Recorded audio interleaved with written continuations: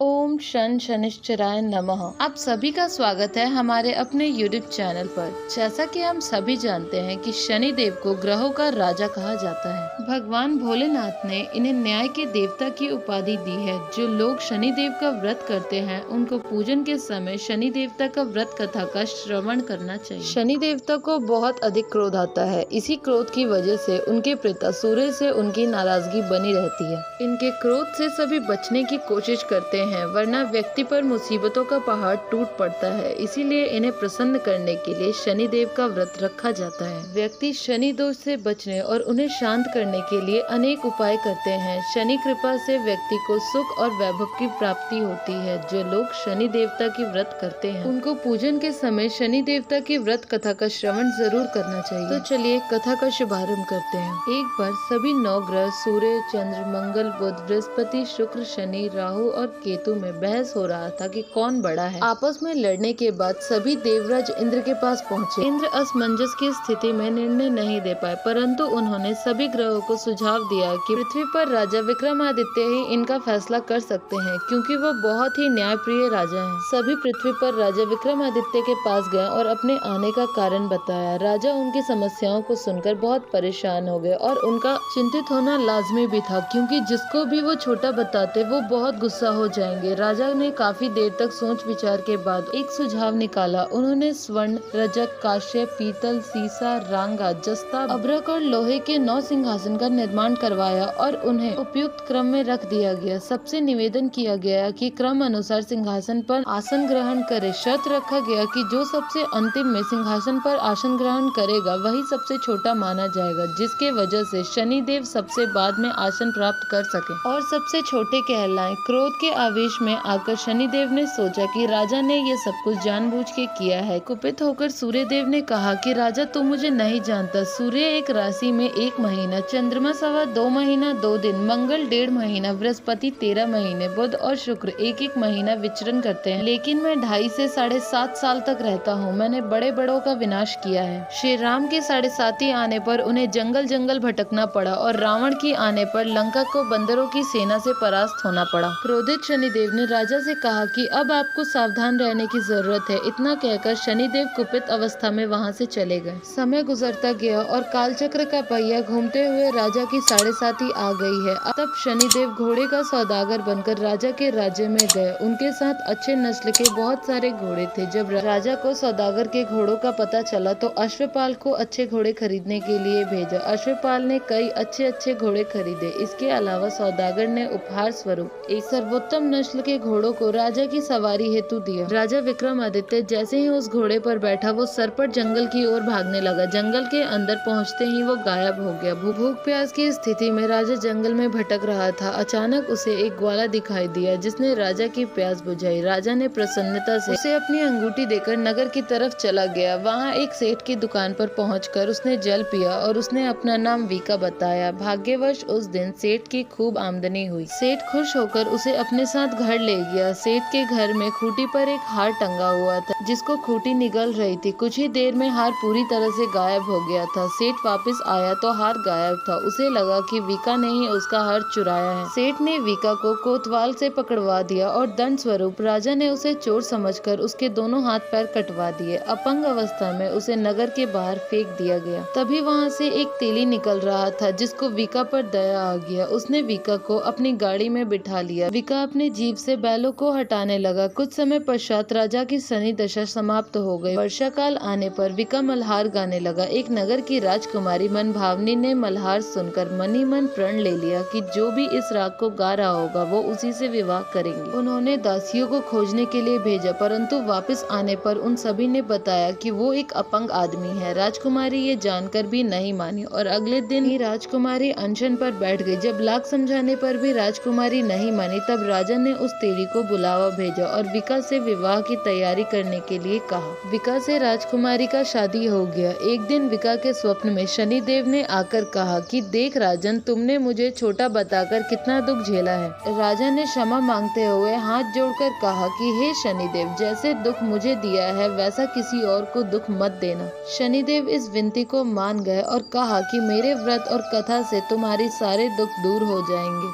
जो भी नियत मेरा ध्यान करेगा और चींटियों को आटा डालेगा उसकी सभी मनोकामनाएं पूरी होंगी। शनिदेव ने राजा का हाथ पैर भी वापस कर दिया। दूसरे दिन जब सुबह राजकुमारी की आंख खुली तो वो आश्चर्यचकित हो गई। विका ने मनभावनी को बताया कि वो उज्जैन का राजा विक्रमादित्य है। मनभावनी खुशी से फूले नहीं समा रही थी। राजा और नगरवासी सभी अत्यंत प्रसन्न हुए। सेठ ने जब ये बात सुनी तब वो पैरों पे गिर के बहुत माफी मांगने लगा। राजा ने कहा कि ये सब शनिदेव के कोप का प्रभाव है और इसमें किसी का कोई दोष नहीं है। सेठ ने निवेदन करते हुए कहा कि मुझे शांति तभी मिलेगी जब आप मेरे घर चलकर भोजन करेंगे। सेठ ने कई प्रकार के व्यंजनों से राजा का सत्कार किया। जब राजा भोजन कर रहे थे तभी जो खूंटी हाड़ निगल गई थी वही अब उसे उगल रही थी। सेठ ने अनेक मोहरे देकर राजा का धन्यवाद किया और अपनी कन्या शिकंवरी से पानी ग्रहण का निवेदन किया। राजा ने सहर्ष स्वीकार कर लिया। राजा अपनी दोनों रानियों मनभावनी और शिकंवरी को लेकर उज्जैन नगर वापस लौटे। सारे नगर में दीपमाला और खुशी मनाई गई। राजा ने घोषणा करते हुए कहा कि मैंने शनिदेव को छोटा बताया था लेकिन असल में वही सर्वोपरि है। तब से सारे राज्य में शनिदेव की पूजा और कथा नियमित होने लगी। सारी प्रजा के बीच खुशी और आनंद का वातावरण बन गया। शनिदेव की व्रत की कथा को जो भी सुनता और पढ़ता है उसके सारे दुख दूर होते हैं। तो प्रेम से बोलिए जय शनि महाराज।